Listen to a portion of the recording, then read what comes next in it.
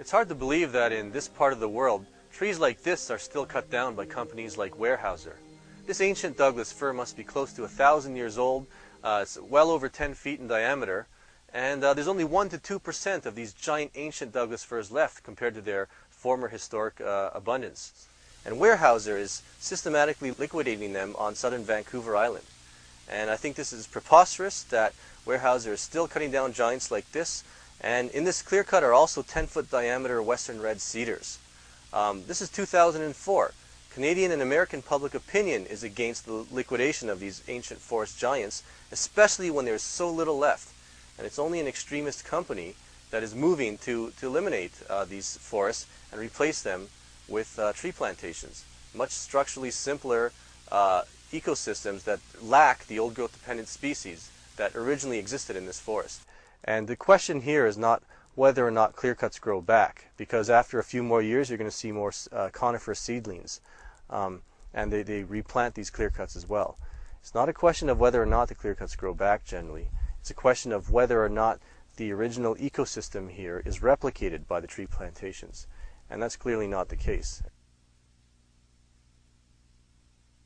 Right now, the forests in the upper Walbran Valley, the remaining ancient forests, are still connected together.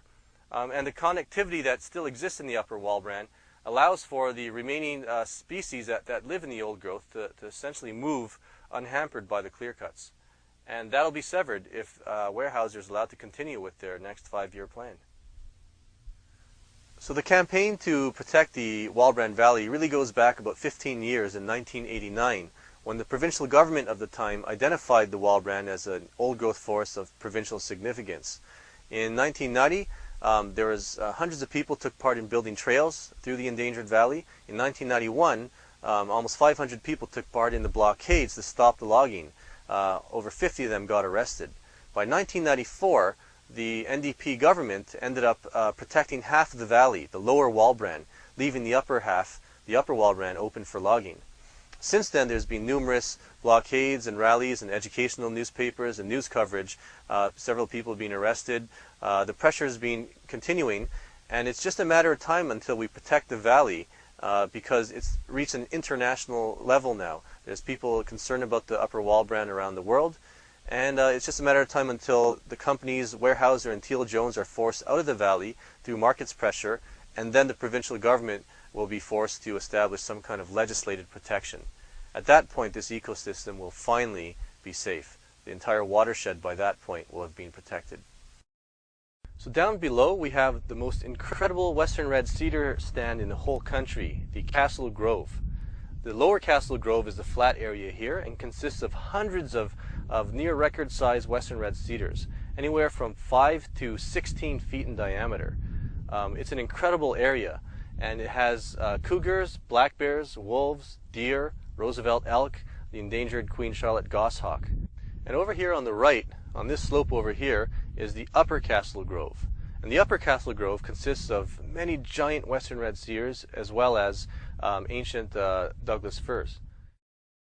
Nowhere in Canada will you find a grove of ancient western red cedars with so many large trees in so close proximity to each other in as geographically extensive an area as this. There's more biomass here than virtually anywhere in the whole country.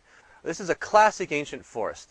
It has the characteristics that distinguish it from the young plantations that'll come up due to replanting efforts after they cut down groves like this. This ancient forest here has a multi-layered canopy. You have huge trees like this, you have small trees, and everything in between. So the canopy levels are at different heights, and different species live in different heights in the canopy. You also have a lot of woody debris, standing and fallen dead trees. And a lot of the diversity in bats and birds and salamanders, the things that make old growth forests unique, is associated with the dead wood. Ironically, a dead tree supports more life than a living tree because the nutrients are then made available for other organisms, and there's a lot of nooks and crannies that develop that things can live inside. Now the unfortunate thing is Teal Jones is planning to cut down the upper Castle Grove right behind us. This whole area is slated for logging, and it's going to be a hell of a fight from the people of BC to stop that.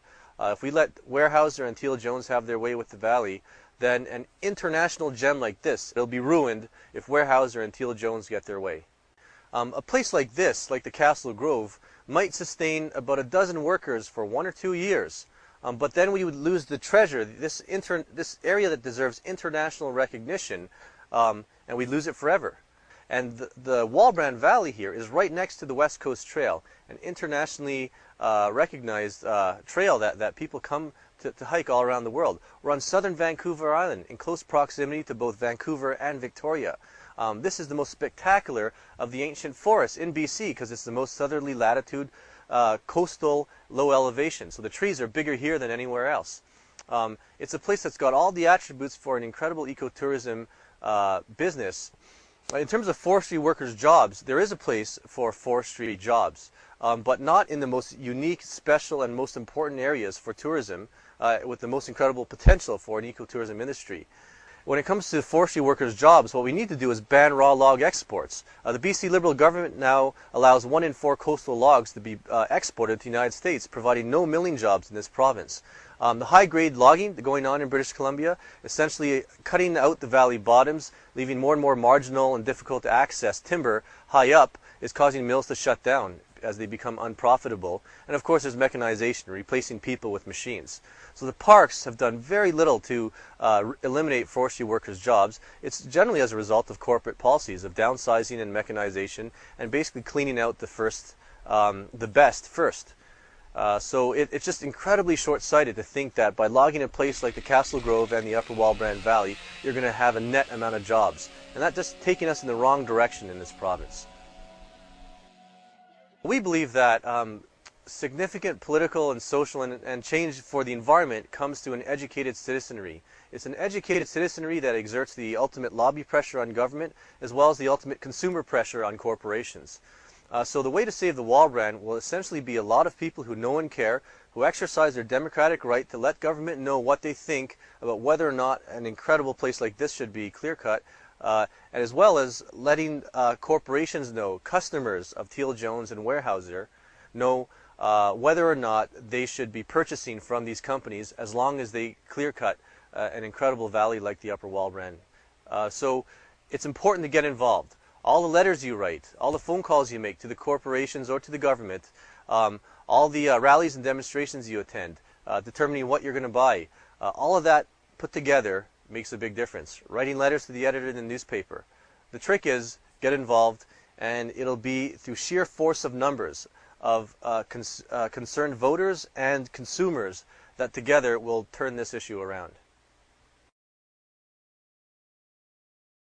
My roots go down, down into the earth. My roots go down, down into the earth. My roots go down, down into the earth. My roots go down. I am a bear climbing through the woods. I am a bear climbing through the woods. I am a bear climbing through the woods. My roots go down. My roots go down, down into the earth. My roots go down, down into the earth. My roots go down, down into the earth. My roots go down.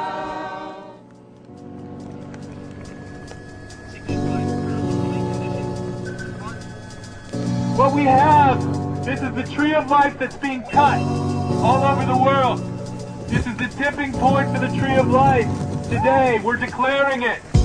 And that we, into this space, are declaring that we are pushing back from the brink of this reckless destruction. That's the concept. Yeah!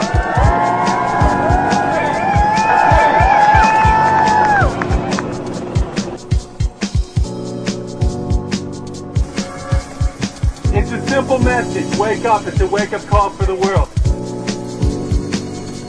It's a wake-up call for the world.